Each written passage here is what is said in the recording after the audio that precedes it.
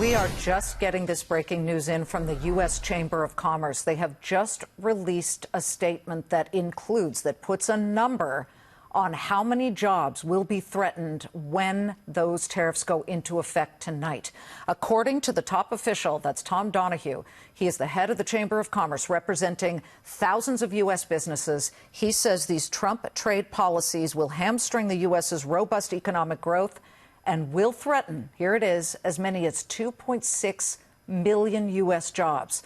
Let us bring in the former U.S. ambassador to Germany, John Emerson, because the European Union is already saying, you know what, we will not let the unjustifiable and unjustified U.S. measures go unanswered.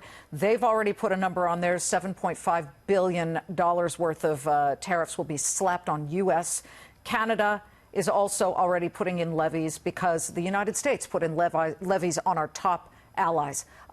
What's your first reaction to all of this right now? Well, I think it's going to be a long and challenging environment for our trade negotiators. I guess three thoughts. Number one, the steel and aluminum tariffs were essentially imposed because of concerns we've had as a result of China's dumping on steel on global markets, thereby depressing prices, making it hard for high-wage economies like ours to compete. This doesn't impact China at all. We get less than 2% of our steel and aluminum from China, and perhaps working with our allies to push hard against China might be a better way to address that. Secondly, the inclusion of Mexico and Canada, who were exempted so long as the NAFTA negotiations were ongoing, is certainly a signal that the administration doesn't think that NAFTA renegotiation is going to be concluded anytime soon.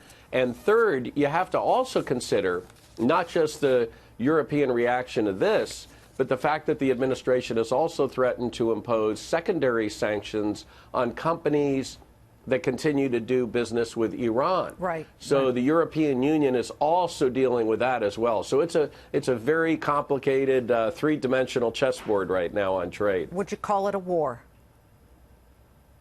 No, I would not. And the reason is, if you look at the vast amount of trade that goes on between the United States and the EU, that goes on in the NAFTA zone, and let's not forget about the $25 billion or $50 billion of tariffs that have been itemized for China.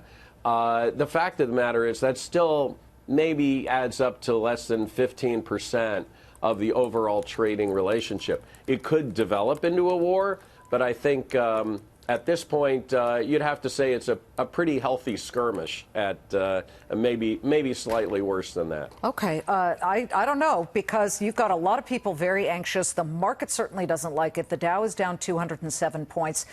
With the Chamber of Commerce putting this finer point of 2.6 million jobs, it says, are now threatened by these tariffs. Do you believe that? Well, I mean, I have no idea how you come up with these kinds of numbers. Well, but here's the reality. Maybe from the past, sir. The reality maybe from is the George Bush tariffs that were kicked in back in the early 2000s, where a lot of jobs were lost and they had to reverse them rather quickly.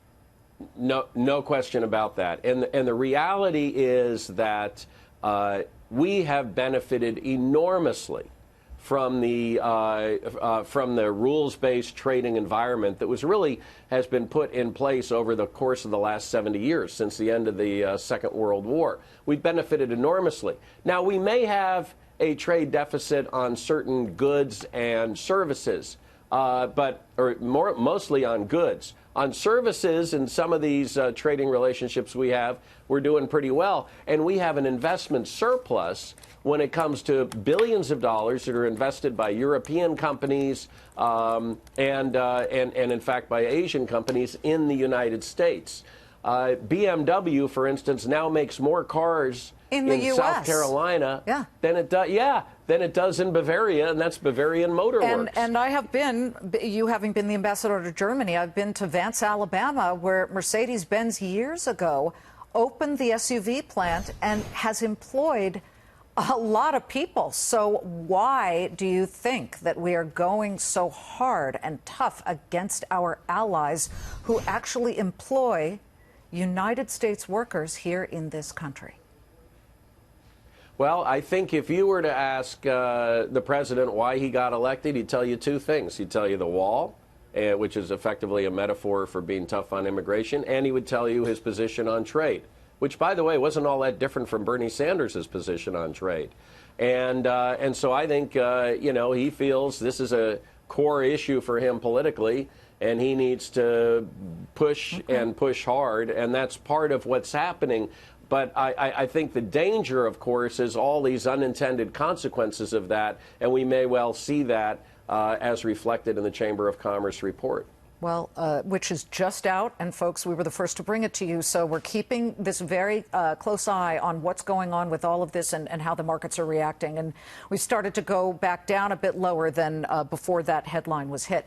John Emerson, great to see you, sir. Thank you very much.